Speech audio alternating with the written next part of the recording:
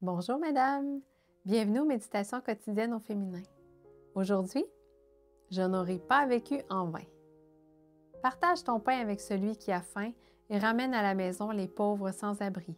Si tu vois un homme nu, couvre-le et ne te détourne pas de celui qui est ta propre chair. Ésaïe 58, verset 7.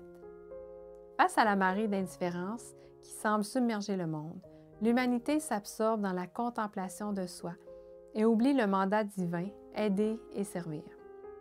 Certaines personnes ont pour devise « Quand je me sens bien, si je peux, je pense aux autres ». Apparemment, de telles personnes vivent confortablement et se trouvent là où elles veulent être. Pourtant, leur égoïsme ne leur a pas donné le bonheur. Le Christ lui-même a enseigné à ceux qui le suivaient que si le Maître et Seigneur pouvait laver les pieds de ses disciples, ces derniers devaient assumer la responsabilité du service en aimant leurs semblables et en se sacrifiant pour eux. Sinon, ils ne pourraient jamais être heureux.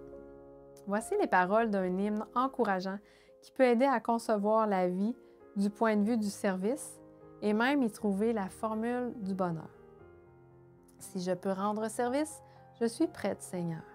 Et si par la parole je peux donner de la joie, si je peux inspirer quelqu'un à venir à toi, Seigneur, je n'aurai pas vécu en vain. Mon Dieu, si je remplis mes devoirs avec fidélité, si je peux embellir l'endroit où je me trouve, si je répands l'amour avec sincérité, je n'aurai pas vécu en vain, mon Dieu.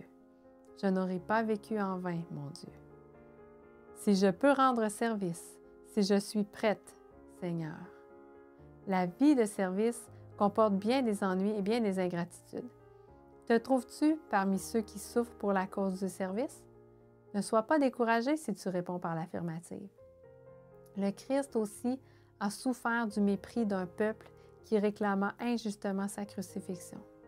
Il est possible que tu retires davantage de prestige et de plaisir de la vie si tu mets en avant, mais même si tu y gagnes pendant un certain temps, tu finiras par ressentir un vide énorme dans ton cœur.